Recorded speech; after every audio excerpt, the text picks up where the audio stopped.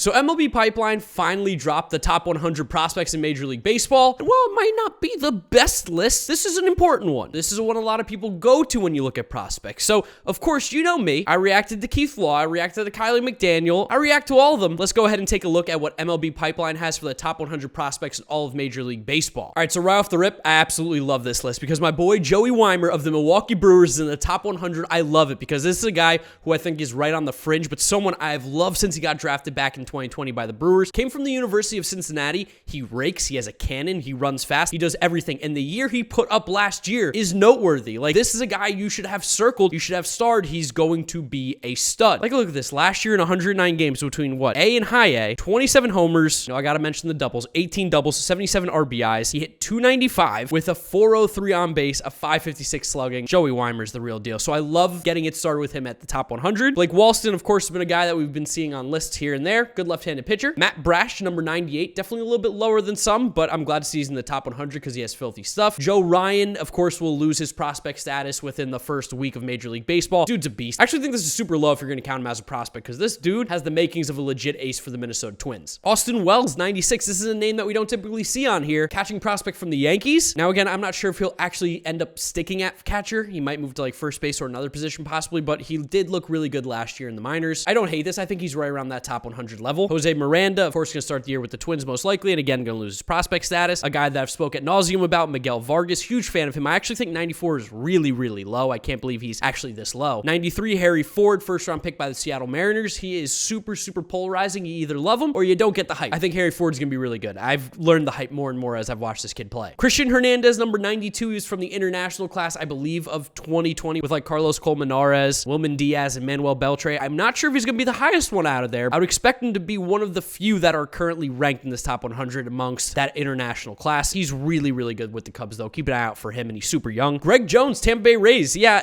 he's probably borderline top 100. Seen him everywhere. He'll just end up being a really good player because that's what the Rays do. DL Hall, number 90. Love DL Hall. Good left-handed pitcher. Justin Foscue, number 89. Someone I'm not particularly high on. I haven't been high on him since the draft, but he did rake last year, so did prove me wrong a little bit. A little bit tougher time when he did get promoted, but Foscue can definitely hit, and I've seen some people around baseball really hyped about him as a second base prospect. Tyler Freeman, 88. Again, I'll just say this. Tyler Freeman's going to be a major league player at some point. He just doesn't have what I personally look out in prospects, which is the ceiling, but his floor is like, he's going to be a really good major leaguer. Same thing with Matt McClain. Like, these guys, they're not the same, but they're the same in my eyes in that they're safe. They're probably just going to hit the major league level at some point in their career. How good will they be? That's still to be determined. Mackenzie Gore, 86. He has fallen quite a bit, of course, as we know. He just had a lot of issues last year. Even a little bit of possible yips going on there. Hope Mackenzie Gore can figure it out because when this dude was really at the top of his game, he was special and it looked like he could have been a left-hand ace for the Padres of the future. Jarren Duran, 85. Super disappointing season, but I'm still on the Jarren Duran hype train. I think this is a fine ranking. Brian Rocchio, 84. Okay, I'm interested to see where they put Gabriel Arias because I think Arias is better, but Rocchio gets a ton of hype. Ezekiel Duran, this guy came over from the New York Yankees last year in the trade for Joey Gallo. Really, really underrated hitter. Someone that I want to give a little more shine and a little more love to. I think Ezekiel Duran's very solid. Emerson Hancock comes in at number 82. He had some injury issues a little bit last year. I was high on him in the draft. He throws absolute ched. He's going to be a part of this Mariners rotation of the future. McAble, 81, spoke about him. Jordan Groshans, 80. Okay, here's an interesting group of players right now. Groshans, Peguero, Ronnie Mauricio, Vidal Brujan, and Ellie De La Cruz. Ellie De La Cruz, interesting to have him at third base shortstop. I think he's more of a shortstop right now, but maybe for the future he won't be. Brujan will be at the MLB level, of course, playing probably close to every day with the Rays at some point. Mauricio, of course, with the Mets, he still has a lot of time, but he's still super young at 20. And Peguero, good all-around shortstop with the Pirates, just doesn't really have the pop in the bat for power right now. I feel like these are all relatively fair. Ellie De La Cruz, though, definitely got to keep an eye out for. Super, super talented in the red system. Kyle Harrison, if you haven't heard about him, just look up his numbers. Torched the minor leagues last year, a third-round pick in the 2020 draft. Extremely talented left-handed pitcher. Taj Bradley, another one of these dudes that the Rays are just going to pump out pitching-wise, throw hard, throw strikes, everything that you'd imagine. Think Luis Patino, Shane McClanahan, Shane Baz, all those pitchers he's going to be similar to. There's my boy Gabriel Arias at 73. Love that. I think this is honestly a pretty fair spot for him, especially where you rank the other Cleveland Guardian players. Asa Lacy, 72, dropped off a lot of boards, had issues with command, but he still got nasty strikeout stuff. He's still great from the left-handed side. I definitely haven't lost any faith in Asa. I'm definitely still aboard the Asa Lacy is a beast train. Roansy Contreras should start the year at the major league level. He's just got one of the most electric arms in all of baseball. Sal Frelick, we know my opinions on him. I'm not a huge Sal Frelick guy. Again, floor, very high floor. The ceiling is not as high for me. I keep seeing Brett Gardner, who had a great MLB career, but I just can't put him ahead of guys like Ronnie Mauricio, Ellie De La Cruz, Vidal Cal Brujan, Gabriel Arias, even Rocchio, Harry Ford. That's not how I do my rankings when I talk prospects. I really like production current plus what you can project them to be in the future in terms of ceiling. And that's how I kind of do it. Whether that's right or wrong, that's up to you. JJ Bleday, 69. Yeah, JJ Bleday is getting slept on a little bit. He definitely hasn't played well the last few years in the minors, but he looked really good in the fall league. Saw him in person. Way bigger, way stronger, way faster than I thought. I like JJ Bleday. Someone I'm going to keep a close eye out for. I'm going to buy a couple of his cards too, just to get in the market a little bit. Andy Pages, number 68. I love Andy Pages. I love this spot for him. This is super aggressive, absolutely rakes. Another Cuban that is just incredibly talented. Andy Pages' numbers are crazy. Like, look what he did last year in the minors. I've said it a few times now, but he hit 31 homers, 25 doubles, 88 RBIs, 394 average, 394 on base, 539 slugging, 265 average. Pages is the real deal, I think. Michael Busch, 67. Sure. Second base, first base, third base, utility man. Bolton Cowser, huge fan of, 66. Seems fairly fair. Michael Harris, 65. I haven't seen a lot of Michael Harris love, I feel like, recently. The power, that's the big question. Will Michael Harris be able to put it up for the power? Because all around, he's a really solid player otherwise. Gunnar Henderson, 64. Yep, probably more of a third baseman in the future. Luis Matos, an outfielder for the Giants, gotten a lot of love. His numbers have looked great. Nick Pratto, power hitting first baseman. As we know, the Royals have just figured out how to hit home runs. Nick Pratto's part of it. Yason, Jason Dominguez coming in at 61. The rankings are all over the place, but he's definitely dropped on almost every single ranking. Again, the question of Jason Dominguez is whether or not he's ever going to reach that like true MLB MVP superstar level. It's tough. It's really tough. I think people expect him to be a lot further along at this point, but he still is only 19 years old, so there's time there. He hits the ball really hard. He does things really well. Just the production hasn't shown yet, but that's also because he's 19. So Oswald Peraza at 60.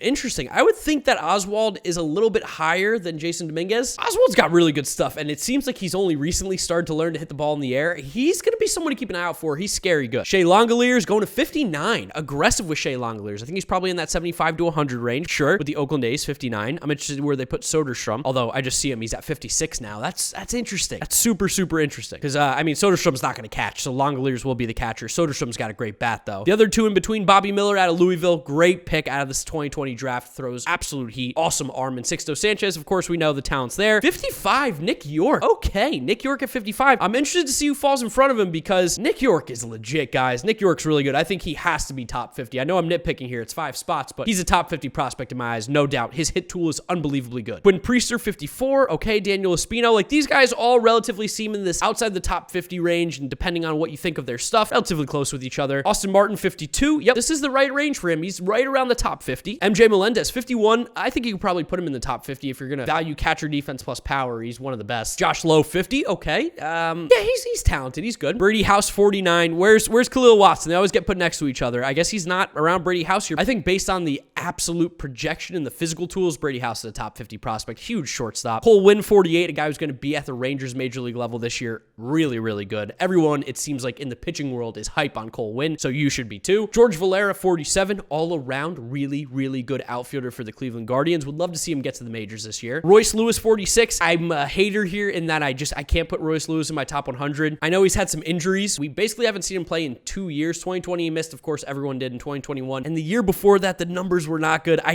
can't keep holding on to Royce Lewis as a top 100 guy if we're willing to throw Mickey Moniak out so quickly. I know the physical tools are insane for Royce Lewis, but for me, he's got to show me something before he gets the love right now. It's not that he can't. It's just I need to see it happen. Bryson Stott inside the top 50 and my boy Nick York not being is crazy to me. Bryson Stott's good. Don't get me wrong. I actually think he's very talented. I think he's a shortstop of the future right now for the Phillies, but top 50, I don't know about it. In the field, he's average. At the plate, he's good. I don't know if that makes you a top 50 prospect in my eyes. I'm not sure about that. Luis Campusano, 44. Yeah, that's really aggressive on Luis Campusano. And again, I don't remember how MLB Pipeline does their rankings. Is it MLB readiness? Is it ceiling? Is it floor? It feels like it's a little all over the place, and I think that's what happens when you have a bunch of different guys coming together and then you make the rankings from that. But Luis Campusano at 44 feels crazy high to me. Not that prospect anymore. Liberatore, 43. Sure. Nick Lodolo, 42. Thank you. And Keith Law is the only person who didn't have him on the top 100, and that was criminal. Nick Lodolo, I think, could arguably be top 25. Yuri Perez, 41. Very aggressive with Yuri, and as you should. 18-year-old who's 6'8", has the stuff that he does and performed like he did. Yuri Perez could be like a 19-year-old starter at the major leagues at some point. He's unbelievably talented. Jackson Jobe, 40. Ooh, they went Jobe over Yuri Perez. See, now I love Jobe, but I got to go Yuri Perez over Jackson Jobe. Like, Jackson Jobe will be at the level of being a top pitching prospect in my eyes. Yuri Perez is better. And then to have Cade Cavalli only one ahead of Jackson Jobe and Yuri Perez, to me is very confusing. I'm not sure what we're looking at here. I don't understand the criteria. I don't understand how we're grading. Cade Cavalli to me is one of the top right-handed pitching prospects in all of baseball. A guy who's probably going to make 20 starts for the Nationals this year as long as he's healthy. I'm so high on Cade Cavalli. I don't disagree with him being at 39. I just don't know if this grouping of guys around him is the right guys. Orelvis at 38. Interesting, and they have third base listed here, and that might be the reason why he's at 38, because what Orelvis did last year at age 19-20 was disgusting. In 98 games, 28 homers, 26 doubles, 87 RBIs, 261 average, 345 on base, 549 slugging. That was in low A and high A. I mean, like, we saw some minor leaguers do this before with some different names, some that might be that of former Major League Baseball players, and they got super hyped up. And granted, Orelvis is getting hyped up. I mean, top 38. That's really good. Orelvis is someone I'm crazy high on, as well as the dude right above him, and the two guys right above him, actually, Robert Hassel and Zach Veen. Surprised they're not top 25. I really do. I actually think that all three of these guys here have an argument to be top 25 prospects in all of baseball. Robert Hassel, of course, doesn't have the power numbers yet, but he still hit 11 homers, 33 doubles. That shows me that there's the ability to hit for power. He's only 20 years old, 6'2", 195, so he's going to fill into that body even more and learn how to hit for more power. I think RH3 could be a top 10 prospect by the end of the year. I'm so high on Robert Hassel. And same thing with Zach Veen. I love Zach Veen. Both of these guys I loved since the draft. Saw them swing and I was like, whoo, Zach Veen's got the power now. He's more of a corner outfielder, but the power is definitely there. Although, he only hit 15 homers and 27 doubles compared to Robert Hassel's, but I do agree. I think his power is a more legit tool right now than Robert Hassel's. They've been paired up next to each other. I think they're going to be paired up next to each other for years and years to come. Both extremely talented. They're both sick. Max Meyer inside the top 35 along with Edward Cabrera. I like Max Meyer, probably top 50, maybe not top 35. Edward Cabrera inside the top 35. I've been saying it all along. I don't know. Last year, he didn't show me enough to really get that same hype that I once had with him. I think he's talented. I think he's really good, but I don't see frontline ace anymore as much as I see like a 3-starter or just the most disgusting closer in the league. Call me crazy with Edward Cabrera. Max Meyer, though, legit. Nolan Gorman, 33. Fair. George Kirby, 32. Very, very good. Joey Bart, 31. He's going to graduate off this quickly, so maybe that's why they're okay with putting him so high. You can't put Joey Bart at 31 right now. He's 25 years old and just getting his first shot at the major leagues. I know Buster Posey's been there, but there's been injuries. Joey Bart can't be in the top 30, basically, for me. Especially when you have Jordan Walker at 30. Jordan Walker's so sick. Jordan Walker has to be top 25. I know we're nitpicking again, but he has to be top 25. Who's going to be in this top 25? Find me a 19-year-old who did what Jordan Walker did last year between low A and high A to have an on-base percentage at 388 and an average at 317 with 14 long balls. I don't understand how he's not top 25. Josh Young coming in at 29. Yeah, I had him just slightly ahead of Jordan Walker, so that's fine. Diego Cartaya, 28. Sure. Brett Beatty. Okay, yes, I did see this. Brett Beatty is ranked as the #1 third base prospect according to MLB Pipeline. I think he's close. I think he's top 3. I think I had him, at 2 or 3? I think I had Jordan Walker at 2. They were close, whatever they were. I don't remember off the top of my head recording this, but yeah, those are the top 3 third base prospects, I think, in baseball. Beatty at 1. I love it as a Mets fan. I think it's super aggressive. I love the hit tool, though, with him, and he is way more athletic than I thought. They're relatively close. O'Neal Cruz at 26. Okay, I love O'Neal. He's very good. He's going to be great at the major league level. Can he play shortstop, though? I don't know. Khalil Watson at 25. Really, really, really aggressive with Khalil Watson only playing 9 games. I don't understand the huge difference between him and Ronnie Mauricio, when Ronnie Mauricio is only 2 years older and a lot more experience and kind of similar-ish tools and probably will have a better chance playing shortstop. I'm also not sure how he gets so far ahead of Orelvis or even Veen or Hassel or even Brady House. Like, they should be relatively close. This feels like a lot of projecting. I don't know how he gets ahead of Peraza either or Nick York. I like Khalil Watson. I think he's a really, really good prospect. I think he's top 50. Top 25 feels really, really aggressive right now. Not where I would put him. Henry Davis, 24. I also probably wouldn't put Henry Davis in the top 25 just because as a catcher, I want to see a little bit more from him. We saw him play, 8 games last year? And granted, he was great in those 8. I need to see a little more out of Henry Davis before I can call him top 25 at the catcher position. 23, Jordan Lawler. Love him. I know I just gave crap to Khalil Watson for it. Jordan Lawler was my #2 shortstop in the draft class last year. I think he has got just insane talent, immense talent. Bobby Witt Jr. is the comp. I think it's fair. I think he's really good. He's going to be someone, as long as he's healthy, he's going to fly up these boards. Hunter Green, 22. Love it. Love to see Hunter Green get the love here that he deserves. Reed Detmers, 21. Little high for me. I don't think he's a top 25 guy, and I'm starting to see now,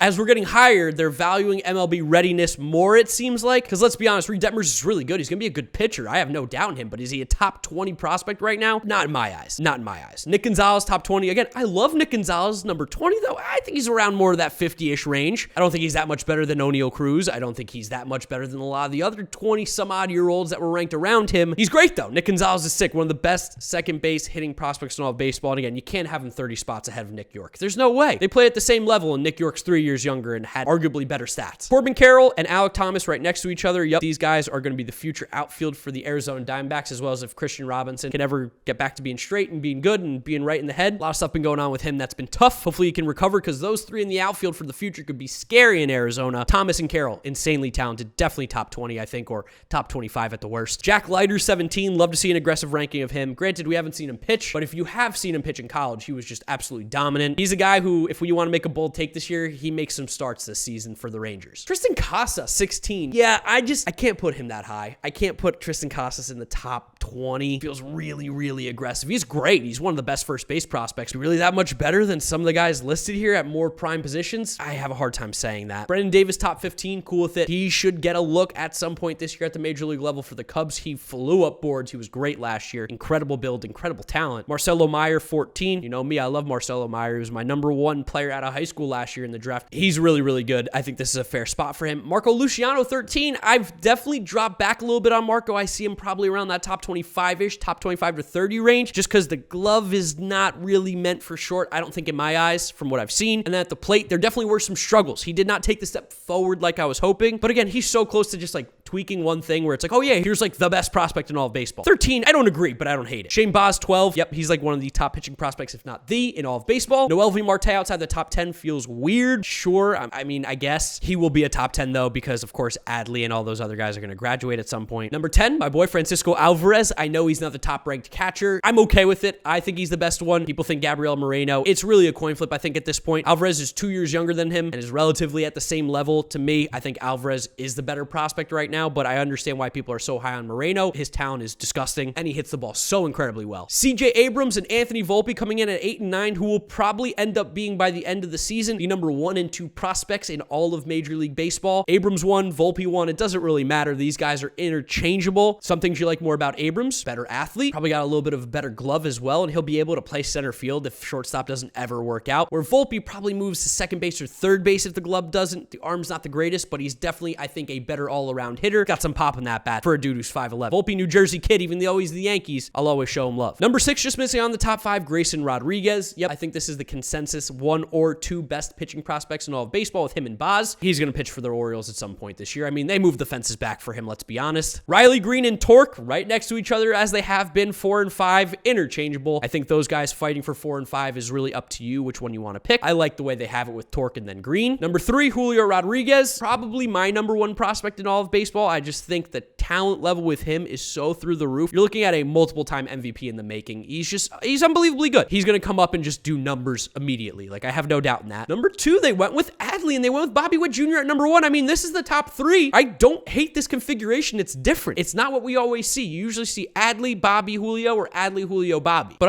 I'm glad to see Bobby Witt at number 1. He is really good. He is really sick. And if the Royals actually want to be really good this year, you better start this guy at shortstop opening day. He deserves it. If he looks ready in spring, play him at shortstop or play him at third base if you want to give him a little time. Bobby Witt is so incredibly talented. He should be at the MLB level. Adley Rutschman, of course, is going to be delayed because he got some injuries, because he got hurt during camp, and that sucks because he should be the starting catcher for the Orioles. But hey, maybe he'll be ready after a couple weeks being on the IL, after a couple weeks rehabbing. Overall for the pipeline, though, I don't think this was too bad, actually. I think this is one of their better rankings. I mean, is there anybody off the top of my head I can think that they excluded? It's always hard to think about that when I'm talking about it in the present time. I'm sure there's some people, though, that they definitely missed out on. It's not perfect. They definitely value randomly MLB readiness over some guys. At other times, they don't. I don't understand necessarily always what their rankings are about. I think they're not too bad. I don't think there's any crazy bad calls here. I'd love to know what you guys think down in the comment section below. Do you agree with MLB Pipeline? Do you agree with me? What are your thoughts and opinions? Drop a like on the video if you did enjoy it, as well as subscribe so you don't miss out on any of the content coming at you. Follow me on all my social media at GiraffeNeckMarc, links in the description. That's where I'm wrapping up today's video. You guys know the drill from here on out. YouTube recommends you watch this video. This is my most recent upload, so click through those if you have not yet seen them. Thank you guys for watching, and I'll see you all tomorrow for another video. Bye.